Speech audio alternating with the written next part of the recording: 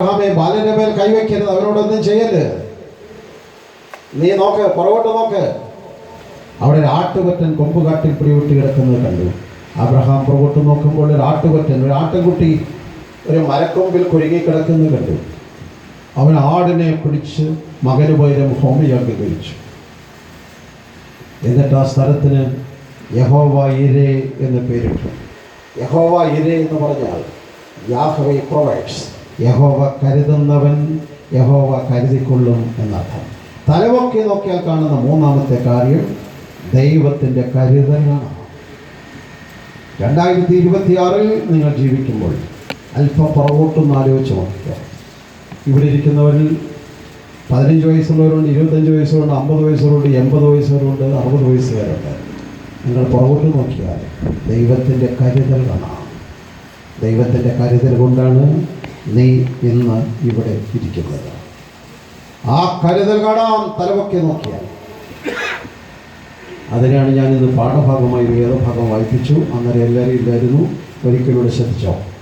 നമ്മളധികം വായിക്കാത്ത വേദഭാഗം വിലാപങ്ങൾ 3-ാം അധ്യായം 22 മുതൽ 27 വരെ. യെശയ്യാവ് ജെറമ്യാവ് കഴിഞ്ഞിട്ട് അടുത്ത പുസ്തകമാണ് വിലാപങ്ങൾ. വിലാപങ്ങൾ 3-ാം അധ്യായം 22 മുതൽ 27 വരെയുള്ള വാക്യങ്ങൾ വായിക്കാമോ? നാം മുടിഞ്ഞു പോകാതിരിക്കുന്നത് യഹോവയുടെ ദയ ആകുന്നു. ശ്രദ്ധിച്ചോ, മാറ്റല്ലേ ആ ഭാഗം. അവന്റെ സാർ മാറ്റല്ലേ ആ ഭാഗം വെച്ചാല് അവിടെ 4-5 കാര്യങ്ങൾ പറയുകയാണ്. വിലാപങ്ങൾ 3-ാം അധ്യായം 22 മുതൽ 27 വരെ. നാം മുടിഞ്ഞു പോകാതിരിക്കുന്നത് യഹോവയുടെ ദയ. ഈ വാക്യം എല്ലാവരും ഏറ്റു പറയണം. വേറെ ഒന്നും പഠിച്ചില്ലെങ്കിൽ അത്രയെങ്കിലുമാണ്. നാം മുടിഞ്ഞു പോകാതിരിക്കുന്നത്, ഇങ്ങനെ പറഞ്ഞാൽ തന്നെത്താൻ മുടിഞ്ഞു പോകും. പ്രത്യേകിച്ച് ഒന്നും ചെയ്യണ്ട. ഒരു 3 കൊല്ലം ഒന്നും മിണ്ടാതെ മുഖം മുഴുവൻ തോർത്തും ചുറ്റിക്കൊണ്ട് നടന്നില്ലേ, പാവളിക്കാൻ വയ്യാതെ. ഇപ്പോൾ ദൈവത്തെ സ്തുതിക്കാൻ ദൈവം തന്നിരിക്കുന്ന സന്ദർഭം, ദൈവഭാഗം വായി വിളിക്കാൻ കിട്ടിയ സന്ദർഭം നഷ്ടപ്പെടുത്തി കളയല്ലേ. ഇവിടെ ഇരിക്കുന്ന എല്ലാവരും വായി വിളിച്ച് പറയണം, നാം മുടിഞ്ഞു പോകാതിരിക്കുന്നത് യഹോവയുടെ ദയ. ആ വിചാരം നമുക്കുണ്ടോ? എൻ്റെ വിചാരം ഞാൻ മുടിഞ്ഞു പോകാതിരിക്കുന്നത് കോറപ്പിസ്കോപ്പാണ്. ചുമ്മാണോ?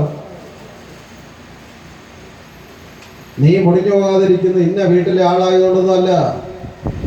നീ മുടിഞ്ഞു പോകാതിരിക്കുന്നത് കറ്റാന് വലിയ വെളിയിലെ മഹാനായതുകൊണ്ടൊന്നുമല്ല. നീ മുടിഞ്ഞു പോകാതിരിക്കുന്ന കമ്മിറ്റിക്കാരനായതുകൊണ്ടൊന്നുമല്ല. നീ മുടിഞ്ഞു പോകാതിരിക്കുന്നത് ട്രസ്റ്റി ആയതുകൊണ്ടോ സെക്രട്ടറി ആയതുകൊണ്ടോ കൺവീനർ ആയതുകൊണ്ടൊന്നുമല്ല. പിന്നെ യഹോവയുടെ ദയ. നിന്റെ കയ്യിലിരിപ്പ് നോക്കിയാൽ എന്നേ മുടിഞ്ഞു പോകേണ്ടതാണ്. ഇവിടെ പറയുകയാണ്, കർത്താവ് പറഞ്ഞ വാക്കാ, എൻ്റെ വാക്കല്ല. നാം മുടിഞ്ഞു പോകാതിരിക്കുന്നത് എന്നേ മുടിഞ്ഞു പോകേണ്ടതാണ്. പക്ഷെ മുടിഞ്ഞു പോകാതിരിക്കുന്നത് യഹോവയുടെ ദയ. കർത്താവേ, നിന്റെ ദയ കൊണ്ടാണ് ഞാൻ മുടിഞ്ഞു പോകാതെ ഇന്ന് ജീവനോടെ ശേഷിക്കുന്നത്. അടുത്ത വാക്യം സർ, അതിന്റെ ബാക്കി ഭാഗം. അവന്റെ കരുണ തീർന്നു പോയിട്ടില്ലല്ലോ. അവന്റെ കരുണ തീർന്നു പോയിട്ടില്ല. അവിടെ 4-5 കാര്യങ്ങൾ പറഞ്ഞിട്ടുണ്ട്. ഓരോന്നും വിശദീകരിക്കാൻ സമയമില്ല. അവൻ്റെ കരുണ തീർന്നു പോയിട്ടില്ല. നിങ്ങൾ ചെന്ന് റേഷൻ കടയിലോ സിവിൽ സപ്ലൈസിലോ അങ്ങനെയുള്ള സ്ഥലത്ത് എന്ന് പറഞ്ഞു, സർ ഈ ക്രിസ്മസിന് എന്തൊക്കെയോ സ്പെഷ്യൽ സാധനങ്ങളുണ്ടെന്ന് പറഞ്ഞല്ലോ, എനിക്കൊന്നും കിട്ടിയില്ല, വല്ലതും ഉണ്ടോ? ആരും ഇപ്പം മേടിക്കാൻ പോകുന്നില്ല. എന്നാലും ഉണ്ടായിരുന്നു, കുറേ സാധനങ്ങളുണ്ടായിരുന്നു, പക്ഷേ സ്റ്റോക്ക് തീർന്നു പോയി. നിങ്ങൾ ഇനി വരുമ്പം പറയാം. ഇതേ കേൾക്കാൻ സാധ്യതയുള്ളൂ. സ്റ്റോക്ക് തീർന്നു പോകും. നിങ്ങൾ നാളെ രാവിലെ ചെന്ന് ദൈവത്തോട് പറയുക, കർത്താവേ, വെളിയിലേക്ക് പോയിരിക്കുന്ന എൻ്റെ മകന് ഇതുവരെ ജോലിയായിരിക്കാം, എൻ്റെ കരുണ വേണം. പുറത്ത് പോയിരിക്കുന്ന അവൻ ഇവിടെ നിന്ന് ലോണൊക്കെ എടുത്ത് പോയത്, ഇതുവരെ അവന് PR കിട്ടിയിട്ടില്ല, നീ അതിന് വേണ്ട ക്രമീകരണം ചെയ്തു തരണം. കല്യാണം കഴിഞ്ഞിട്ട് ഏതാനും കൊല്ലങ്ങളെ എൻ്റെ മകൻ ഇതുവരെ കുഞ്ഞുങ്ങളായിട്ടില്ല, നീ കരുണ ചെയ്യണേ. കർത്താവ് പറയും, കുറച്ച് കരുണ ഉണ്ടായിരുന്നു, പക്ഷേ ആ ഉണ്ടായിരുന്ന കരുണ കായംകുളത്താരും അമ്മമാർ വന്ന് ഇന്നലെ രാവിലെ മേടിച്ചുകൊണ്ട് പോയി. അങ്ങനെ ഉള്ള കരുണ തീർന്നു പോയി, ഇനി അടുത്ത കരുണ വരുമ്പോൾ തരാം ഒക്കെ ഒന്നേ എന്ന് അവൻ പറയത്തില്ല. അവൻ്റെ ദയ തീർന്നു പോയിട്ടില്ല. ബാക്കിയുള്ള എല്ലാ സ്റ്റോക്ക് തീരും, പക്ഷെ കർത്താവിൻ്റെ കരുണ തീർന്നു പോകാത്ത ദയാണ്. നിന്റെ വല്യപ്പന് കൊടുത്ത ദയ നിനക്കും തരാൻ അവൻ്റെ കയ്യിലുണ്ട്. നമ്മുടെ പൂർവ്വപിതാക്കന്മാർക്ക് കൊടുത്ത കരുണ നമുക്കും തരാൻ അവൻ്റെ കയ്യിലുണ്ട്. അവൻ എത്ര കരുണ തന്നാലും തീർന്നു പോകാത്ത ഉറവയാണ് അവൻ്റെ കരുണ. ഇവിടെ പറയാണ്, നിങ്ങൾ ശ്രദ്ധിച്ചു, കർത്താവെ പുറകോട്ട് നോക്കിയാൽ നിൻ്റെ കരുണ എത്രയോ വലുതായിരുന്നു. ഞാൻ പോയ സ്ഥലത്തൊക്കെ നിൻ്റെ കരുണ എത്രയോ വലുതായിരുന്നു. ആശുപത്രിയുടെ വരാന്തയെ നട്ടം തിരിഞ്ഞപ്പോൾ നിൻ്റെ കരുണ എത്രയോ വലുതായിരുന്നു. തകർന്നു പോകുമെന്ന് കരുതിയപ്പോൾ അവിടെ ഒന്ന് വിടുവിച്ച നിൻ്റെ കരുണ എത്രയോ വലുതായിരുന്നു. അവൻ്റെ കരുണ തീർന്നു പോയിട്ടില്ല. മൂന്നാമത് അതേ ഭാഗത്ത് വായിച്ചു, അത് രാവിലെ തോറും പുതിയതും നിന്റെ വിശ്വസ്തത വലിയതുമാണ്. അവൻ്റെ കരുണയ്ക്കുള്ള പ്രത്യേകത അത് രാവിലെ തോറും പുതിയതാണ്. കരുണ എന്താ? പുതിയതും പഴയതുണ്ടോ? ഞാനിന്ന് നിങ്ങളോട് തിരുവചനം സംസാരിക്കുന്നു. ഇന്ന് രാത്രി ഞാൻ തിരുവനന്തപുരത്ത് തിരിച്ചു പോകും. ദൈവം അനുവദിക്കുന്ന പക്ഷം നാളെ രാവിലെ മീറ്റിങ്ങുണ്ട്, ഉച്ചയ്ക്ക് മീറ്റിങ്ങുണ്ട്, വൈകിട്ട് വേറൊരു മീറ്റിംഗ് പ്രസംഗിക്കാറുണ്ട്. ഇതെല്ലാം എൻ്റെ സ്വപ്നങ്ങളാണ്. പക്ഷെ നടക്കുമെന്നുള്ളതിന് യാതൊരു ഉറപ്പും ഇല്ല. നമുക്ക് ഓരോ ദിവസവും പുതിയ കൃപ ആവശ്യമുണ്ട്. രാവിലെ നിങ്ങൾ ആശുപത്രിയിലേക്ക് പോകാൻ പോവാം, ടെസ്റ്റ് ചെയ്യാൻ പോവാം. ഞാൻ കഴിഞ്ഞ ഒരു 43 വർഷമായിട്ട് ട്രിവാൻഡ്രത്ത് താമസിക്കുന്ന അച്ഛനാണ്. ആളുകൾ RCCയിലും ശ്രീചിത്രയിലും അവിടെയൊക്കെ പലതും ടെസ്റ്റ് ചെയ്യാൻ കൊടുത്തിട്ട് വന്ന് പറയും, അച്ഛാ ഞങ്ങളുടെ ടെസ്റ്റ് നടക്കുക, ഇന്ന് റിസൾട്ട് വരുമ്പോൾ മാരകമായ രോഗമാകരുത് എന്ന് പ്രാർത്ഥിക്കണം അച്ഛാ. ഓരോ ദിവസവും നമ്മൾ ഇറങ്ങുമ്പോൾ പുതിയ കരുണയാണ് ആവശ്യം. രാവിലെ ബൈക്ക് കൊണ്ട് ഇറങ്ങുന്ന പയ്യന് പുതിയ കരുണ ആവശ്യമുണ്ട്. ഈ ബൈക്കിൻ്റെ അറ്റം ഒരു ചെറിയ സെൻറ്റിമീറ്റർ മാത്രമേ തറയെ മുട്ടിയിട്ടുള്ളൂ, ബാക്കിയൊക്കെ ചുമ്മാ ഓടുക. അവൻ്റെ ഓട്ടം കണ്ടാൽ വിചാരിക്കുന്നത് ഇതങ്ങ് വലിയ കൂടിയ സാധനമാണ്. ചുമ്മാടവനെ ഒരു ചെറിയ ഭാഗമേ തറയെ മുട്ടിയിട്ടുള്ളൂ. എൻ്റെ ബൈക്കിൻ്റെ ക്വാളിറ്റിയുടെ കൂടുതൽ കൊണ്ടൊന്നുമല്ല നീ രക്ഷപ്പെട്ടിരിക്കുന്നത്. ഓരോ ദിവസവും പുതിയ കൃപ. രാവിലെ വണ്ടി കൊണ്ടിറങ്ങിയാൽ കുറവ് വരാതെ തിരിച്ചു വരാൻ ദൈവത്തിൻ്റെ കൃപ. അത് രാവിലെ തോറും പുതിയതാണ്. ഓരോ ദിവസവും ആ പുതിയ കൃപ വേണം. ദൂരെ ഇരിക്കുന്ന നിങ്ങളുടെ കുഞ്ഞുങ്ങൾക്ക് ഇന്നലെ കിട്ടിയ കൃപ പോരാ ഇന്നത്തേക്ക്. അതുകൊണ്ട് ഓരോ ദിവസത്തേക്കും ആവശ്യമുള്ളത് ചോദിച്ചു വാങ്ങിക്കൊള്ളണം. ഇവിടെ പറയാണ്, അത് രാവിലെ തോറും പുതിയതാണ്. താഴേക്ക് പറയുന്ന കുറേ വാക്യങ്ങളുണ്ട്, എല്ലാ വാക്കുകളും ഞാൻ പറയുന്നില്ല. എന്നിട്ട് പറയാണ്, യഹോവ എൻ്റെ ഓഹരി എന്നവർ പറയും. തന്നെ കാത്തിരിക്കുന്നവർക്കും അന്വേഷിക്കുന്നവർക്കും അവൻ നല്ലവനാണ്. അടുത്ത വാക്ക്, യഹോവയുടെ രക്ഷയ്ക്കായി മിണ്ടാതെ കാത്തിരിക്കുന്നത് നല്ലത്. ബാല്യത്തെ തന്നെ മുഖം വഹിക്കുന്നത് ഒരു പുരുഷന് 6-7 വാക്കുകൾ പറഞ്ഞിട്ടുണ്ട് അവിടെ. ബാല്യത്തിൽ തന്നെ മുഖം വഹിക്കുന്നത് ഒരു പുരുഷന് നല്ലത്. പുരുഷന് മാത്രമല്ല, സ്ത്രീക്കും. ഇവിടെ ഇരിക്കുന്ന ഒരു 20 വയസ്സിന് മുകളിലുള്ളവർ, 20 വയസ്സിന് താഴെയുള്ള ആരും ഇല്ലല്ലോ. ഈ 2 പിള്ളേർ എങ്ങനെയോ വന്നു പറ്റിപ്പോയെന്നല്ലാതെ വേറെ ആരും ഇല്ലല്ലോ. അവർ വേറെ ആരെയോ അമ്മമാരുടെ കൂടി വന്നു പോയെന്നല്ലാതെ അവനിപ്പോൾ എഴുന്നേക്കാനും വയ്യ, പോകാനും വയ്യാത്ത പരിപാടി ഇരിക്കുന്നത് നല്ലത്. വേറെ അറിയില്ലല്ലോ. കൺവെൻഷനൊക്കെ തുടങ്ങുന്ന സമയത്ത് ഒരു 12 പകുതി ഭാഗവും പിള്ളേരായിരുന്നു. ഇവിടെ പിള്ളേർ. അവൻ ഈ സമയത്ത് ഈ മെസ്സേജിന് വരെ അവൻ രാവിലെ തൊട്ടിരുന്ന് മെസ്സേജ് വിട്ടുകൊണ്ടിരിക്കുക. അന്നേരം പിന്നെ അവൻ ഇവിടെ വന്നിരിക്കാനല്ല. പക്ഷെ ഇവിടെ പറയുന്നത് ഒരു 20 വയസ്സിന് മുകളിലുള്ളവർക്കറിയാം, അവരൊക്കെ ബാല്യത്തിൽ തന്നെ മുഖം വഹിച്ചിട്ടുള്ളവരാണ്. സ്കൂളിൽ പോകുമ്പോൾ ഒറ്റ നോട്ട് ബുക്കേ ഉള്ളൂ. ഒരു വശത്തുനിന്ന് മലയാളം, ഇടയ്ക്കൊന്ന് ഇംഗ്ലീഷ്, പുറകിൽ നിന്ന് ഹിന്ദി, അതിൻ്റെ ഇടയ്ക്കൊന്ന് സോഷ്യൽ സയൻസ്. ഇതെല്ലാം എഴുതിയവരാണ് ഈ മുതിർന്നവർ. സ്കൂളിൽ പോകുമ്പോൾ ആകെ 1-2 പുസ്തകമുള്ളൂ. അതെല്ലാം കൂടെ നുള്ളിപ്പറക്കിയിട്ട് ഒരു കറുത്ത റബ്ബറും വലിച്ചിട്ടുകൊണ്ട് ഓടിയവരാണ് ഈ ഇരിക്കുന്നവരൊക്കെ. അവിടെ അടുക്കളയിൽ പച്ച തൊണ്ട് വെച്ച് ഊതി തലപുണ്ണാക്കിയ അമ്മമാരുടെ മക്കളാണ് ഇവിടെ ഇരിക്കുന്നവരൊക്കെ. നിങ്ങളുടെയൊക്കെ ഇരിപ്പ് കണ്ടോ ഞങ്ങളൊന്നും ചുമ്മാ ജീവിതം അതായിരുന്നു. ബാല്യത്തിൽ തന്നെ മുഖം വഹിച്ചവരാണ്. പക്ഷേ അതുകൊണ്ടുള്ള ഗുണം ഇവിടെ പറയുന്നത് ബാല്യത്തിൽ തന്നെ മുഖം വഹിക്കുന്നത് നല്ലത് എന്നാണ്. ബാല്യത്തിൽ മുഖം വഹിച്ചത് കൊണ്ട് ചെറിയ ചെറിയ പ്രതിസന്ധികൾ വന്നാലും അവരെ പിടിച്ചേക്കുകയാണ്.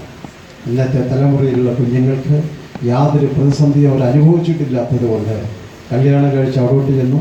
ഒരു ചെറിയ പ്രതിസന്ധിയായി അവൾ വണ്ടിയെ കയറി കറ്റാനത്ത് പോകുന്നു, അല്ലെ അമ്മ ഇവിടുന്ന് പോയി വിളിച്ചോടിട്ട് പോകുന്നു. ഇതാണ് സ്ഥിതി. ബാല്യത്തിൽ തന്നെ മുഖം വഹിക്കുന്നത് നല്ലതാണ്. ഇവിടെ പറയുകയാണ്, ബാല്യം മുതൽ ഇന്ന് വരെ നിന്നെ കരുതിയ കരുതൽ കാണാം. തലമൊക്കെ നോക്കിയാൽ കാണാം, അല്ലെങ്കിൽ കാണത്തില്ല. തലമൊക്കെ നോക്കിയാൽ കാണുന്ന മൂന്നാമത്തെ സത്യം ഇതാണ്. ഒന്ന്, തലമൊക്കെ നോക്കിയാൽ നിനക്ക് രക്ഷയ്ക്കുള്ളത് കാണാം. രണ്ട്, തലമൊക്കെ നോക്കിയാൽ നിനക്ക് ദൈവത്തിന് മഹിമ കാണാം. മൂന്ന്, തലമൊക്കെ നോക്കിയാൽ കർത്താവിൻ്റെ കരുതൽ കാണാം. 4, യോഹന്നാൻ സുവിശേഷം 4-ാം അധ്യായം 35-ാം വാക്യം. യോഹന്നാൻ 4:35. യോഹന്നാൻ സുവിശേഷം 4-ാം അധ്യായം 35-ാമത്തെ വാക്യം. ഇനി 4 മാസം കഴിഞ്ഞിട്ട് കൊയ്ത്ത് വരുന്നു എന്ന് നിങ്ങൾ പറയുന്നില്ലയോ? നിങ്ങൾ തലപൊക്കി നോക്കിയാൽ നിലങ്ങൾ ഇപ്പോൾ തന്നെ കൊയ്ത്തിന് വെളുത്തിരിക്കുന്നത് കാണും എന്ന് ഞാൻ നിങ്ങളോട്. യോഹന്നാൻ എഴുതിയ സുവിശേഷം 4-ാം അധ്യായം.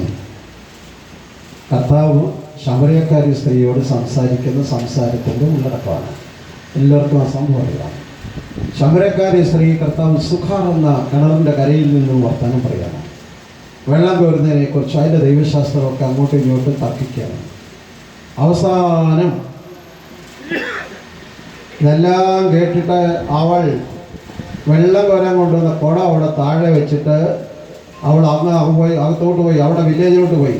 അവിടെ ചെന്ന് അവിടെ ആളുകളെ എല്ലാം വിളിച്ചു പറഞ്ഞു, വാ വാ. എവിടെ? നമ്മുടെ ന്യായപ്രമാണത്തിലും പ്രവാചകന്മാരൊക്കെ പറഞ്ഞിട്ടില്ലേ ഒരു മശിഹ വരുമെന്ന്. ആ വിഷു വരുമെന്ന് പറഞ്ഞ മശിഹ വന്നു. എവിടെ? വാടോ, ആ കിണറിൻ്റെ കരയിൽ നിൽപ്പുണ്ട്, വാ കാണാം. അവളെല്ലാവരെയും വിളിച്ചുകൊണ്ട് വരികയാണ് കിണറിൻ്റെ കരയിൽ. ഇങ്ങനെ കർത്താവ് തലപൊക്കി നോക്കിയപ്പോൾ കാണാം ഇങ്ങനെ ജാഥയായി കുറേ പേര് ഇങ്ങോട്ട് വന്നുകൊണ്ടിരിക്കുക. അത് കണ്ടപ്പോൾ യേശു പറഞ്ഞതാണ്, സാധാരണ വിതച്ച് കഴിഞ്ഞാൽ 4 മാസം കഴിഞ്ഞേ കൊയ്ത്തുള്ളൂ. ഇതിപ്പോൾ ഞാൻ വിതച്ചതേ ഉള്ളൂ. ഇപ്പോൾ തന്നെ തലപൊക്കി നോക്കിയാൽ കൊയ്ത്തിന് വിളഞ്ഞു നിൽക്കുകയാണ്. അതെ, ഇപ്പോൾ തന്നെ തലപൊക്കി നോക്കിയാൽ കൊയ്ത്തിന് വിളഞ്ഞു നിൽക്കുന്നത് കാണാം. പ്രിയപ്പെട്ടവരെ, ഞാനൊരു അച്ഛനായിട്ട് 43-ാമത്തെ വർഷമാണ്. ഒരു വൈദികനാകുന്ന കാലത്തെ വയൽ പ്രദേശമല്ല ഇപ്പോഴത്തെ വയൽ പ്രദേശം. ഒരു വൈദികനാകുന്ന കാലത്തെ ആളുകളുടെ പ്രാർത്ഥനാ വിഷയങ്ങളല്ല ഇപ്പോഴത്തെ പ്രാർത്ഥനാ വിഷയം. അന്ന് അമ്മച്ചമാർ പറയുമായിരുന്നു, അച്ഛ പശു പ്രസവിക്കാറായി, അതിനുവേണ്ടി പ്രാർത്ഥിക്കണേ അച്ഛ. പാവം. വീട് മേയാൻ സമയമായി, മഴ പെയ്യാൻ വരുന്നു, ഇതുവരെ ഓല മെഞ്ഞിട്ടില്ല, പ്രാർത്ഥിക്കണേ അച്ഛ. കഷ്ടം. മോക്കൊരു കല്യാണാലോചന വന്നിട്ടുണ്ട് അച്ഛ. അവർക്ക് 3 പവൻ കൊടുക്കണമെന്നാണ് പറഞ്ഞത്. എൻ്റെ കയ്യിൽ ഒരു പൈസ ഇല്ല, ഞാനൊരു ചിട്ടിക്ക് അറിഞ്ഞിട്ടുണ്ട്. ഈ പ്രാവശ്യത്തെ ചിട്ടി എനിക്ക് കിട്ടാൻ വേണ്ടി പ്രാർത്ഥിക്കണേ അച്ഛ. നിങ്ങൾ മിണ്ടാതിരുന്നേക്കാം, നിങ്ങളുടെ പാവപ്പെട്ട തള്ളമാർ ഇങ്ങനെ പ്രാർത്ഥിച്ചതാണ് എന്ന സത്യം സ്നേഹിക്കരുത്. ഇപ്പോൾ അതൊക്കെ പുച്ഛമായി തോന്നിയില്ല. കിണർ ഒഴിക്കുകയാണ്. 22 അരിഞ്ഞാണമായി, ഇതുവരെ വെള്ളം കണ്ടിട്ടില്ല. വെള്ളം കാണാൻ പ്രാർത്ഥിക്കണേ അച്ഛ. ഏതെങ്കിലും തൊടിയിൽ നിന്ന് വെള്ളം വലിച്ചുകൊണ്ട് വന്ന പാവപ്പെട്ട തള്ളമാരുടെ മക്കളാണുള്ളത്. ഈ സത്യം വിസ്മരിക്കരുത്.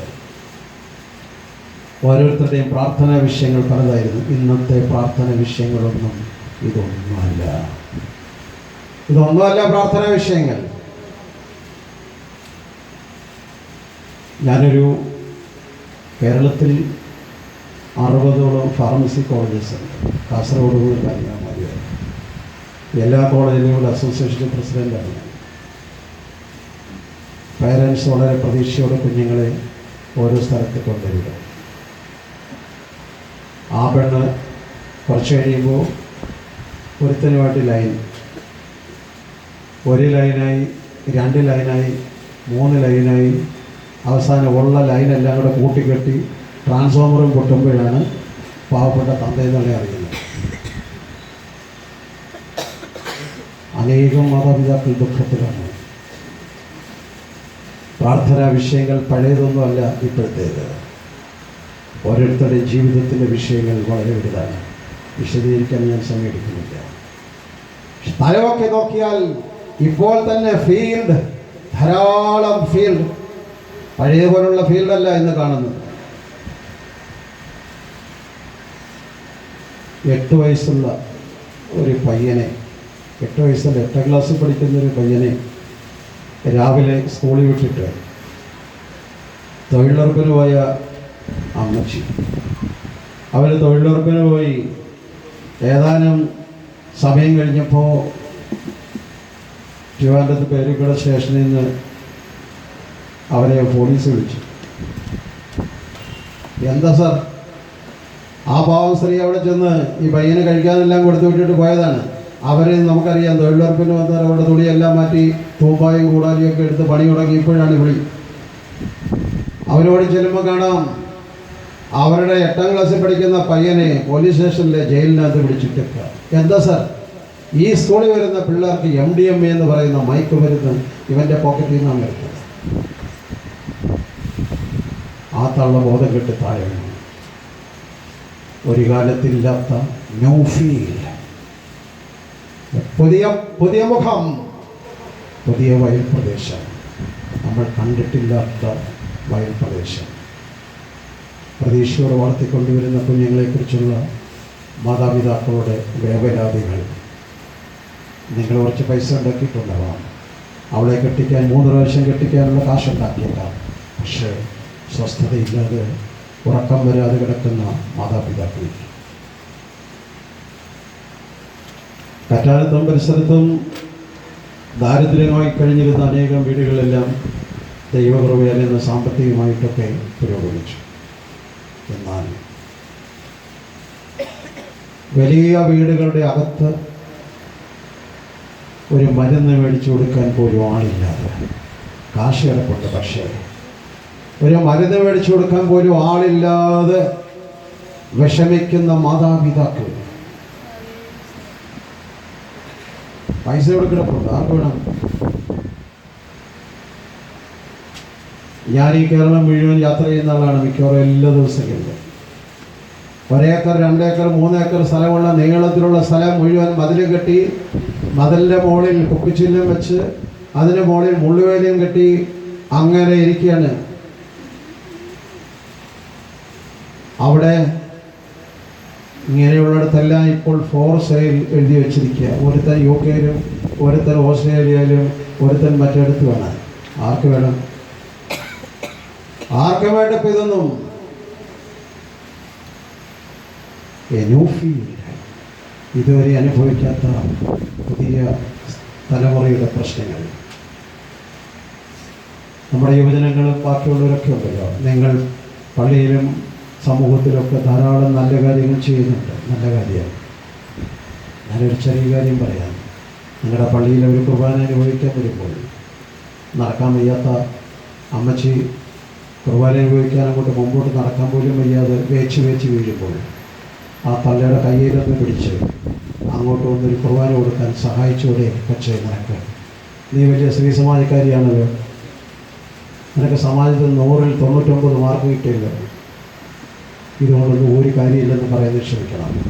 ആ തള്ളയുടെ കയ്യിലൊന്ന് പിടിച്ച് നിനക്കൊന്ന് സഹായിച്ചൂടെ? ഈ കിളവയ്ക്കൊക്കെ വീട്ടിലിരുന്നൂടെ എന്ന് പറഞ്ഞ് ചുമ്മാ കമൻറ്റ് പറയാതെ. ന്യൂ ഫീൽഡ്, ഇതുവരെയും നമ്മൾ കണ്ടിട്ടില്ലാത്ത പുതിയ മേഖലകളാണ് നമ്മുടെ ചുറ്റുപാടും ഉള്ളത്. ഇത് തിരിച്ചറിയണം. ഇത് തലമൊക്കെ നോക്കിയാൽ ഈ ഫീൽഡൊക്കെ കാണാം, അല്ലാത്തവൻ ഒരു കാലത്തും കാണുന്നില്ല. കർത്താവ് തലമുക്കി നോക്കിയപ്പോൾ കണ്ടതാണ് പറഞ്ഞത്. ഇപ്പോൾ തന്നെ കൊയ്ത്തിന് വിളഞ്ഞിരിക്കുന്ന വയൽ. 5-ാമതൊരു കാര്യം കൂടെ പറഞ്ഞ് ഞാൻ പ്രശ്നം അവസാനം. തലമൊക്കെ നോക്കിയാൽ കാണുന്ന 5-ാം സത്യം, ഉൽപ്പത്തി പുസ്തകം 43-ാം അധ്യായം 29 മുതൽ 31 വരെയുള്ള 2 വാക്യങ്ങൾ. ഉൽപ്പത്തി 43, 29 മുതൽ 31 വരെ. നിങ്ങൾ ഇവനെയും കൊണ്ടുപോയിട്ട് അവന് വല്ല ആപത്തും വന്നാൽ നിങ്ങൾ എൻ്റെ നരയെ ദുഃഖത്തോടെ പാതാളത്തിൽ ഇറങ്ങുമാറാക്കും. ഉൽപ്പത്തി പുസ്തകം 43-ാം അധ്യായം 29 മുതൽ 31 വരെ. 43-ാം അധ്യായം 29 മുതൽ 31 വരെയുള്ള 2 വാക്യം. പിന്നെ അവൻ തല ഉയർത്തി തൻ്റെ അമ്മയുടെ മകനും തൻ്റെ അനുജനുമായ ബെന്യാമീനെ കണ്ടു.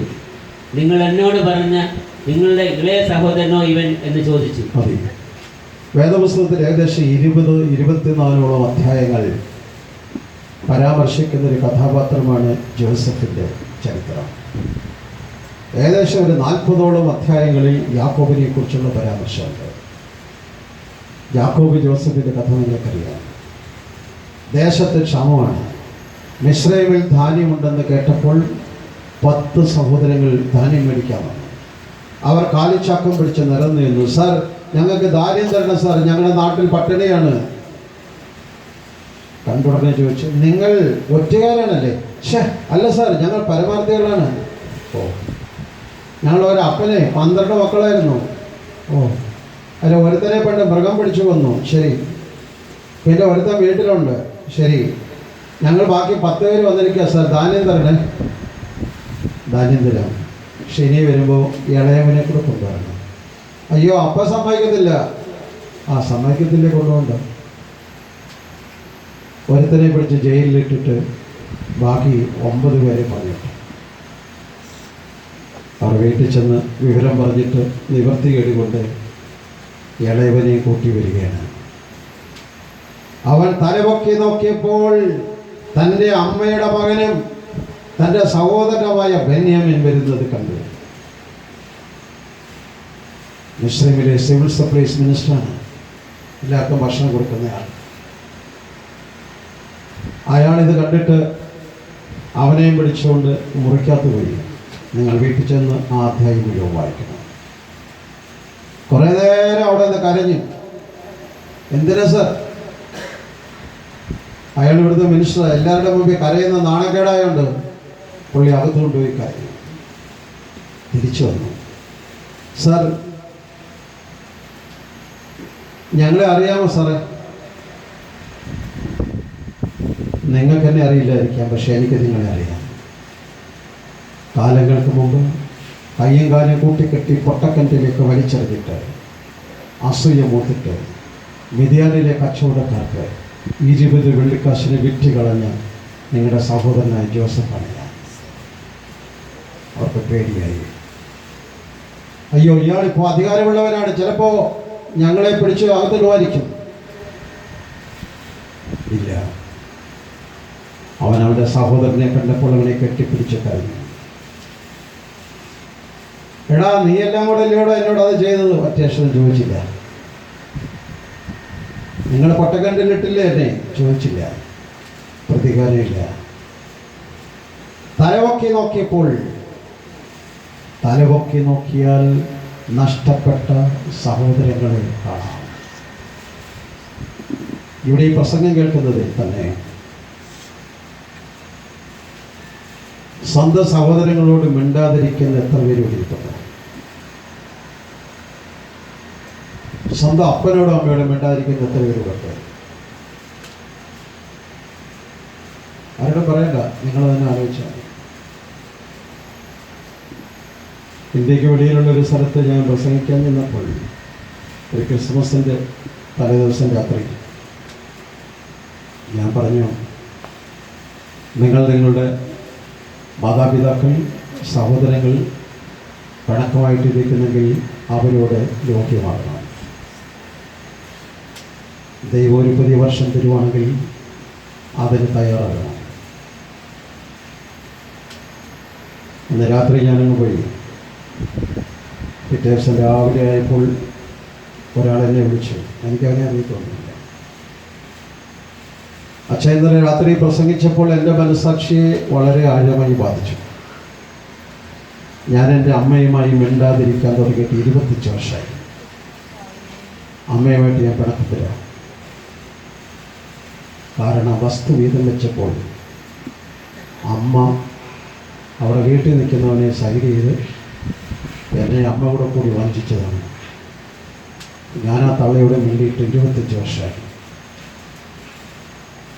പക്ഷെ ഇന്നലെ അച്ഛൻ പ്രസംഗിച്ചപ്പോൾ എൻ്റെ മനസ്സാക്ഷിക്ക് ആഴമായി കുത്തി. ഞാൻ രാത്രി അമ്മയെ വിളിച്ചു. എൻ്റെ ശബ്ദം 25 വർഷമായിട്ട് കേൾക്കാറില്ല. അമ്മ അങ്ങേ തലക്കിൽ ഫോൺ എടുത്തു, പക്ഷേ ഒന്നും വേണ്ടിയില്ല. മോനാണെന്ന് പറഞ്ഞിട്ട് അമ്മയ്ക്ക് ഇങ്ങോട്ടൊന്നും പറയാൻ വയ്യ. ഗദ്ഗതം കൊണ്ട് ശബ്ദം പുറത്തോട്ട് വരാതെ ഞാനും ഒന്നും മിണ്ടാൻ വയ്യാതെ കുറേ നേരം രണ്ടുപേരും ഫോൺ വിളിച്ചുകൊണ്ടിരുന്നു. ഈ മൊബൈൽ ഫോണൊക്കെ സാർവത്രികമാകുന്നതിന് മുമ്പാണ് രണ്ടുപേരും റിസീവർ പിടിച്ചുകൊണ്ടിരിക്കുക. കുറച്ചു നേരം കഴിഞ്ഞപ്പോൾ അമ്മ വാവിട്ട് കരഞ്ഞു. ഞാനും കുറേ നേരം കരഞ്ഞു. കഴിഞ്ഞ 25 വർഷമായി ഞാൻ അനുഭവിക്കാത്ത സന്തോഷം അന്ന് രാത്രി എനിക്ക് തിരികെ കിട്ടി. സ്നേഹിത, നീ തലപൊക്കി നോക്കിയാൽ നഷ്ടപ്പെട്ട നിൻ്റെ സഹോദരങ്ങളെ, നഷ്ടപ്പെട്ട നിൻ്റെ പേരൻസിനെ കാണാം. എന്താണ് പ്രശ്നം? ഒന്നുകിൽ വസ്തുവിധം വെച്ചപ്പോൾ ആ മൂല നഷ്ടപ്പെട്ടു പോയി, അല്ലെങ്കിൽ 4 ഉണങ്ങിയ റബ്ബർ പോയി. ഇതല്ലേ പ്രശ്നം?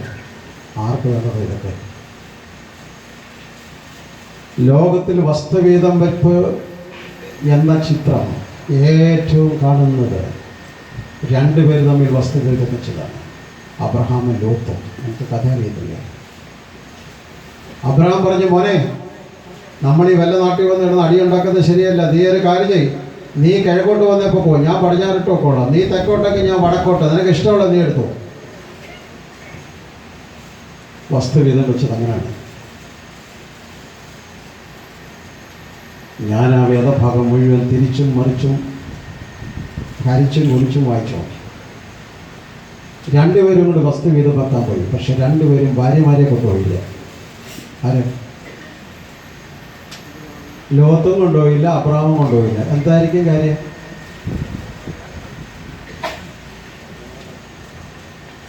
അയ്യോ, അങ്ങനെയൊക്കെ ഉണ്ടോ വേദപുസ്തകത്തിൽ? നിങ്ങൾ പോയി വായിച്ചു നോക്കണം. അവർ രണ്ടുപേരും ഭാര്യമാരെ കൊണ്ടുപോയില്ല. എന്താ കാര്യം? ഒരു ചുക്കം നടക്കാൻ പോകുന്നില്ല, കൊണ്ടുപോയില്ല.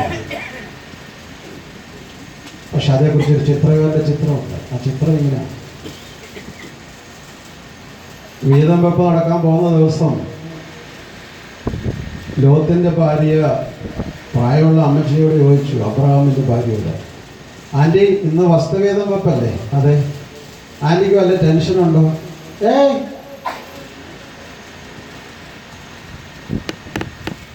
എനിക്കെന്തായാലും ഒരു ടെൻഷനില്ല. എന്താ കാര്യം? ഞങ്ങളുടെ അച്ചായൻ ആൾ സ്മാർട്ടാണ്. പുള്ളി എങ്ങനെയായാലും എന്തായാലും ഒപ്പിച്ചുകൊണ്ട് വരും, എനിക്കറിയാം. അതുകൊണ്ട് എനിക്കതിനെക്കുറിച്ച് യാതൊരു ടെൻഷനും. അബ്രഹാമിൻ്റെ ഭാര്യ പറഞ്ഞു, എനിക്കതാ വലിയ പ്രശ്നം. ഞങ്ങളുടെ അച്ചായൻ ഒരു തത്താവുത്തായ പുള്ളി അവനോട് വന്ന് ഇതെക്കോട്ട് വന്ന് പൊക്കോടാ, ഞാൻ വടക്കോട്ട് നോക്കാം, ഞാൻ കിഴക്കങ്ങി പടിഞ്ഞാറട്ടെ, എന്തോ ചെയ്യാതെ. വീതം വെപ്പൊക്കെ കഴിഞ്ഞു. രണ്ടുപേരും രാത്രി വന്നു. രണ്ടുപേരും സുഖമായിട്ട് കിടന്നുറങ്ങി. ലോത്ത് വെട്ടിപ്പിടിച്ചതിൻ്റെ സന്തോഷത്തിൽ ഉറങ്ങി. അബ്രഹാം വിട്ടുകൊടുത്തതിൻ്റെ സന്തോഷത്തിൽ ഉറങ്ങി. അബ്രഹാമിന് വട്ടക്കുന്നമ്പുറം കിട്ടി. ലോത്ത് ഫലഭൂയിഷ്ഠമായ 2 നദീതടങ്ങളാകുന്ന സ്ഥലം കിട്ടി. ലോത്തും ഭാര്യയും 2 പെൺപിള്ളേരും അടിച്ചു പൊളിച്ച് അവിടെ ജീവിച്ചു. ഏതാനും ദിവസം കഴിഞ്ഞപ്പോൾ ദൈവത്തിൻ്റെ ദൂതൻ പ്രത്യക്ഷപ്പെട്ടു പറഞ്ഞു, ജീവരക്ഷയ്ക്കായി ഓടിപ്പോകാം, ഈ പ്രദേശത്തെങ്ങ് നിൽക്കരുത്, നിനക്ക് നാശം ഭവിക്കാതിരിക്കാൻ പർവ്വതത്തിലേക്ക് ഓടിപ്പോകാം, പുറകോട്ട് നോക്കരുത്. ഉൽപ്പത്തി പുസ്തകം 19:17 വായിക്കണ്ട. രാത്രിയായിപ്പോ ആകാശത്തുനിന്ന് തീയും ഗന്ധമിറങ്ങി. ഫലഭൂയിഷ്ഠമായ സോദമും ഗൊമോറയും തീ കൊണ്ട് നശിച്ചു. ലോത്തും ഭാര്യയും 2 പെൺപിള്ളേരും കൂടെ ഓടുകയാണ്. വെട്ടിപ്പിടിച്ചിടത്ത് ഒരു രാത്രി കിടക്കാൻ വയ്യാതെ ഓടുകയാണ്. സ്മാർട്ടായ അച്ചായൻ ഒന്നും ചെയ്യാനാവില്ല. പോകുന്ന വഴിക്ക് അയ്യോ ഇതെല്ലാം ഉണ്ടാക്കിയതായിരുന്നത് എല്ലാം കളഞ്ഞിട്ട് പോവുകയാണേ. ആ പാവപ്പെട്ട സ്ത്രീ പുറകോട്ട് നോക്കി. അത് അവിടെ എല്ലാവരും ചീത്ത വിളിക്കുമെങ്കിലും സാധാരണഗതി ആരാണേലും നോക്കിപ്പോ. പുറകോട്ട് നോക്കി. അത് നോക്കുമ്പോൾ കാണാൻ കത്തി പോവുക. തിരിച്ചോടാൻ നോക്കിയപ്പോൾ അനങ്ങാൻ പറ്റിയില്ല. 30 തവണ. ഇവിടെ വലിച്ചു വലിച്ചുകൊണ്ട് ഓടാൻ പറ്റുമോ? ഇല്ല. അനങ്ങാൻ പറ്റുമോ? ഇല്ല. ധൈര്യം സ്റ്റാച്ചു വെട്ടിപ്പിടിച്ച് സ്ഥലം മുഴുവൻ തീ കൊണ്ട് തെറിഞ്ഞു. പോയ പോക്കിൻ്റെ ഭാര്യ 30 തവണയായിപ്പോയി. പിന്നീട് നിങ്ങൾ ആ വേദഭാഗം വായിക്കണം. 2 പെൺപിള്ളേരും അപ്പനും മാത്രമാണ് ഇനി ഓടുന്നത്. അവിടെ ചെന്ന് കഴിഞ്ഞപ്പോൾ പെൺപിള്ളേർ ചെയ്ത പാതകം അപ്പനെയും മദ്യം കൊടുത്ത് മയക്കി ബോധം കെടുത്തിയിട്ടത് പറയാൻ നാണക്കേടാണെങ്കിലും വേദപുസ്തകത്തിലുള്ളതായി ഇതുകൊണ്ട് പറയാതിരിക്കാനാവില്ല. സ്വന്തം തന്തയിൽ നിന്ന് 2 പെൺപിള്ളേർക്ക് മക്കളുണ്ടാവുകയാണ്. അങ്ങനെ 2 തലമുറയെ പ്രസവിച്ചു. മോവാബ്യരും അമ്മോന്യരും. വെട്ടിപ്പിടിച്ചവന് ഒരു പ്രയോജനവും ഉണ്ടായില്ല. സോദോമും ഗൊമോറയും നശിച്ചു.